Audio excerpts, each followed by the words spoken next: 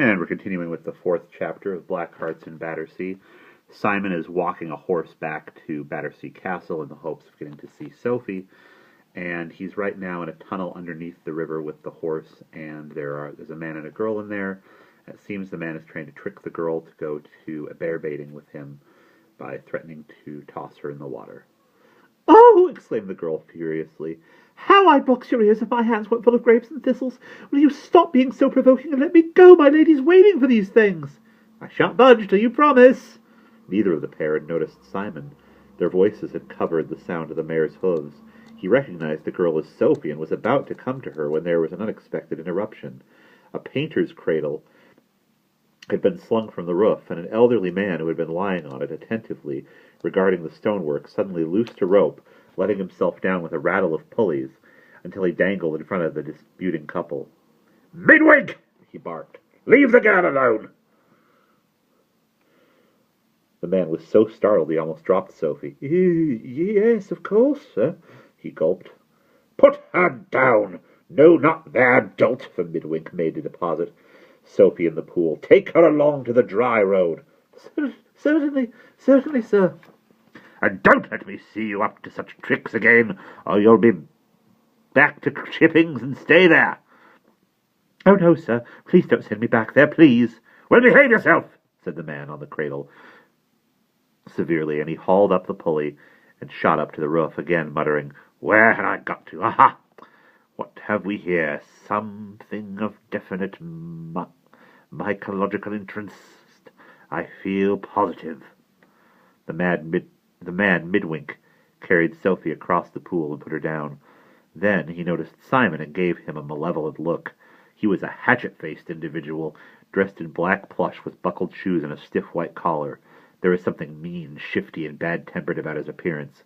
He looked as if he would be a nasty customer to cross. "Who might you be?" he said, eyeing Simon up and down at the same moment, as Sophie cried out in joyful recognition, "Simon! It's Simon! How in the world did you get here?" "I've brought the bay mare from Mr. Cobb," Simon said. "Horseflesh is not my province," Midwink remarked loftily. "You'd best take the mare to the stables." "I'll show you the way," Sophie said. "I'm going there myself. But, Simon, how amazing it is that you should be in London.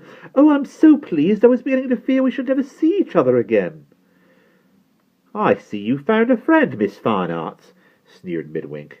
"Nice sort of riff-raff, you slight decent folk for. I must say, what would her grace think if she saw you consorting with horse-yobs and gutter boys? There wouldn't be so much as my pretty Sophie. There wouldn't be so much of my pretty Sophie then." "Oh, be quiet, Midwink. I do not find you interesting at all," snapped Sophie. Simon chuckled quietly to himself. Sophie's speech was so very characteristic that he wondered how he could have forgotten it. She had a trick of rattling out her words very fast and clearly, like a handful of beads dropped on a plate. He wondered where he had recently heard somebody else speak in the same way. "I know, and I'm not wanted," said Midwink sourly. "But you'd best guard your tongue, Madam Sophie. A pretty face isn't the only passport of fortune here, as you may find." "Who's he?" asked Simon as Midwink walked ahead of them and took a turning to the right. "Oh, he's the Duke's valet. He is of no account," Sophie said impatiently. "He would be turned off if it were not for his knack of tying cravats. The Duke has grown too short-sighted to tie his own, and Midwink is the only person who can arrange them to his liking. But tell me, how do you come to be in London? Did you ever go back to Gluber's poor farm? What have you been doing all these years? Oh, there is so much to ask you. But I must run to my lady with these things. She is waiting to embroider them. Can we meet tomorrow? It is my evening off. Are you free then? Ah, that is good, excellent. I will meet you where? Not too near the castle, or Midwink may come bothering. Cobb's Yard? Yes, indeed. I know it. That will do very well. Now, here are the stables, and there is Mr. Waters. Good evening, Mr. Waters. Here is my friend Simon, who has brought back your horse." "That ain't no horse, Miss Sophie. That's as neat a little filly as yourself," said Mr. Waters. Ah, bah, horses and fillies are all the same to me. Simon, it is wonderful to see you again. No, I must fly till tomorrow. She stood on tiptoe and gave Simon a quick peck on the cheek, then ran off with her basket. "And where's Jem Studs got to?" asked Mr. Waters. "Come up, my beauty, then hold still while I put a saddle on your pernickety back." Simon explained about the kicked knee and Mrs. Cobb's tar poultice. "That lad's born to get his neck broke," said Mr. Waters, tightening a girth. "Ah, there's his young lordship. You just brought his mare back in time." "Aren't you ready yet, Waters?" cried an irritable voice, and a boy came out of the doorway. Simon recognized Justin, the unwilling art student. He swung himself rather clumsily into the saddle, then looked down at Simon. "Oh, hello," he said carelessly. "What are you doing here?" He did not, however, wait for an answer, but gave a flip with his crop and trotted across the stable yard out through a gateway that led into the park. "Wait, your lordship!" called Waters. "I've got Firefly saddled. I'll be with you directly." He let out another mount, but Justin impatiently called back, "I don't want you, Waters.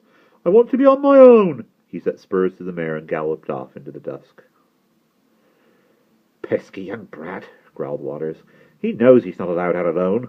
Now I suppose I shall have to chase him all over the park before he breaks his neck." "Who is that?" Simon asked. "Young Lord Bakerloo, the Duke's nevy. He's the heir as his Grace never had none of his own. Goodbye, my lad. Thank you for bringing back the filly," Waters called as he rode out the gate. Simon made his way back through the tunnel. The elderly gentleman was still slung in his painter's cradle halfway along, gazing at the roof through a magnifying glass. Simon had forgotten about him and was rather startled at being addressed by a voice above his head as he waded through the largest puddle. "It's rather damp down here, isn't it?" "It is rather damp," Simon agreed, pausing and looking up politely. "You find it inconvenient?" the old man asked, betraying a certain anxiety. "Bless you, no," Simon said cheerfully. The man brightened up at once. "You don't mind a bit of damp? You're a boy after my own heart. I don't mind a bit of damp either. In fact, I like damp. You don't find it troublesome? That's excellent, excellent. I suppose it's a bit of a nuisance for females," Simon suggested, thinking of Sophie's white cambric skirts. The man's face fell. "For females, you think it is? Yes, perhaps, he sighed. "Still, you yourself don't object to it. That's very gratifying. It's always gratifying to find a kindred spirit. Do you, I wonder, play chess?" "Yes, I do, sir," said Simon, who had been taught to play by Dr. Field. "You do? But that's capital famous." The old gentleman looked radiant. "We must certainly meet again. You must come and play chess with me, will you?" "Why, certainly, sir," said Simon, who had begun to believe the old gentleman must be a trifle cracked. Still, he seemed a harmless old boy, and quite kindly disposed. "When shall I come?" "Let me think. Not tomorrow night. Dinner with the Prince of Wales. Night after, Royal Society, lecture on Moss. Night after that, tennis with the Archbishop. Indoor, of course. Night after, Almix with Henrietta. Devilish dull, but she enjoys it. Night after, a ball at Carlton House. Stuffy affairs. Can't be helped.